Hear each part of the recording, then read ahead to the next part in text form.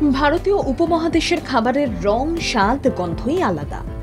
এসব খাবার রান্নার পেছনেও বহু কারুকাজ ও নানা ধরনের মশলার ব্যবহার লক্ষ্য করা যায়। এখানকার খাবার কেন এত স্বাদের হয় তাই নিয়ে ধারাবাহিকভাবে গবেষণা চালিয়ে যাচ্ছেন বিজ্ঞানীরা। এরই মধ্যে আয়োজন হয় ফ্লেভার্স অফ ইন্ডিয়া, অর্থাৎ ভারতের রান্নাবান্নার আস্বাদ। ভারতের আঞ্চলিক খাবারের প্রচারে বিশেষ নজর। ঐতিহ্যবাহী পদ ও মিষ্টান্নের স্বাদ এই প্রজন্মের ছেলেমেয়েদের মধ্যে পৌঁছে দেওয়া। দিল্লি থেকে কলকাতা, মুম্বাই থেকে চেন্নাই, দেশের বিভিন্ন প্রান্তে রকমারি খাবারের স্বাদ।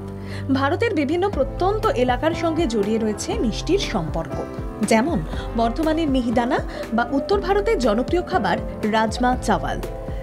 বাইরে থেকে এসেছে অনেক খাবার, এরপর ভারতীয় সংস্কৃতির সঙ্গে কালে কালে মিশে গেছে ওতপ্রোতভাবে।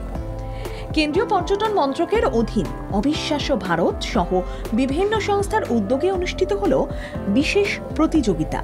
দুর্গাপুরে আয়োজিত এভারেস্ট বিকেসিসি সেকশন 6 এর বিভিন্ন প্রদেশ ও ঘরানার রান্নার সঙ্গে ঘনিষ্ঠভাবে পরিচিত হতে পেরেছেন প্রতিযোগীরা।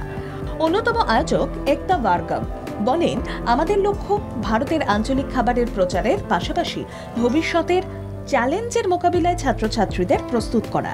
দুর্গাপুর NSHM নলেজ ক্যাম্পাসের অধ্যক্ষ ডক্টর মিলিন্দ মনে করেন, জাতীয় স্তরে প্রতিযোগিতার সুযোগ পেয়ে ছাত্রছাত্রীরা নিজেদের আরও মেলে ধরার সুযোগ পেয়েছেন।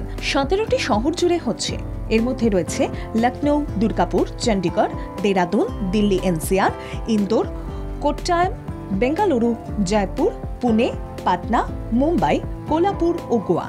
প্রতিটি শহরের চ্যাম্পিয়নরা মার্চের 29 থেকে 30 তারিখ চূড়ান্ত পর্যায়ে রান্না করবেন মুম্বাইয়ে।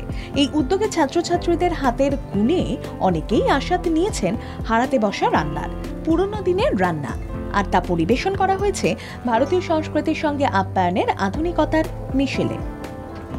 ব্যুরো রিপোর্ট, বাংলা জাগো।